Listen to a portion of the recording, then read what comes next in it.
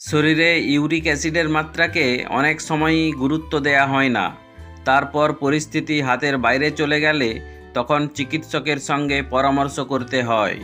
এখন অল্প বয়সীদের মধ্যেও ইউরিক অ্যাসিড সংক্রান্ত সমস্যা দেখা যায়। বিশ্ব স্বাস্থ্য সংস্থার তথ্য অনুযায়ী একজন প্রাপ্তবয়স্কর দেহে 3.4 থেকে 7 মিলিগ্রাম পর্যন্ত ইউরিক অ্যাসিডের মাত্রাকে আদর্শ বলে ধরা হয়। তবে এক্ষেত্রে 6-এর পর থেকে চিকিৎসকরা ব্যক্তিকে সতর্ক হওয়ার পরামর্শ দিয়ে থাকেন। প্রয়োজনে ইউরিক অ্যাসিডের মাত্রা কমাতে তাকে ওষুধও খেতে হতে পারে। দেহে ইউরিক অ্যাসিডের পরিমাণ বেড়ে গেলে অস্থিসন্ধিতে যন্ত্রণা শুরু হয়। দীর্ঘকালীন এমন ঘটনায় কিডনিতে পাথর হতে পারে, এমনকি কিডনির কর্মক্ষমতাও কমে যেতে পারে। তাই এই সময়ে ইউরিক অ্যাসিড নিয়ে সতর্ক হওয়া উচিত। তাই আজকের ভিডিওতে আলোচনা করব শরীরে ইউরিক অ্যাসিডের মাত্রা বেড়ে গেলে কি কি লক্ষণ দেখা দেয়। নমস্কার বন্ধুরা, আমি সুভাষ, সবাইকে মাইতি বাংলা চ্যানেলে স্বাগত জানাচ্ছি।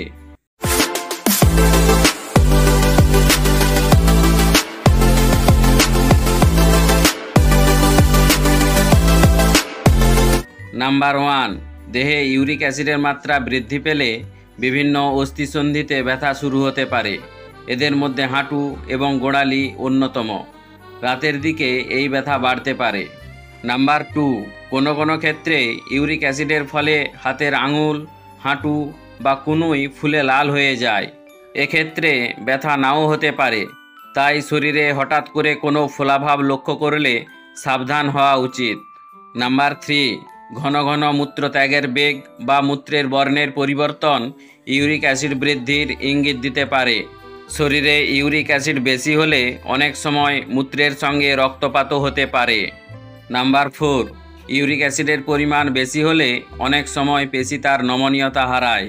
ফলে পেশি শক্ত হয়ে দেহে ব্যথা হতে পারে। তাই ঘন পিঠ বা কোমরের ব্যথা হলে সাবধান হওয়া উচিত। নাম্বার 5, কোনো ক্ষেত্রে ইউরিক অ্যাসিডের জন্য ত্বক খসখসে হয়ে যায়। ঘন মুখের চারপাশ এবং কনুই বা হাঁটু থেকে খোসা উঠতে পারে। তাই বলছি বন্ধুরা, এইসব লক্ষণগুলি দেখা দিলেই রক্তের ইউরিক অ্যাসিডের মাত্রা পরীক্ষা করে অবশ্যই ডাক্তারবাবুর সঙ্গে যোগাযোগ করুন। আজ এই পর্যন্তই, দেখা হবে পরের ভিডিওতে।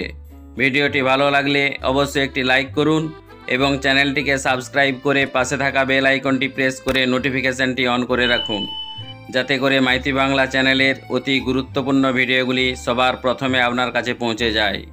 সবাই ভালো থাকুন, সুস্থ থাকুন। ভিডিওটি শেষ পর্যন্ত দেখার জন্য অসংখ্য ধন্যবাদ।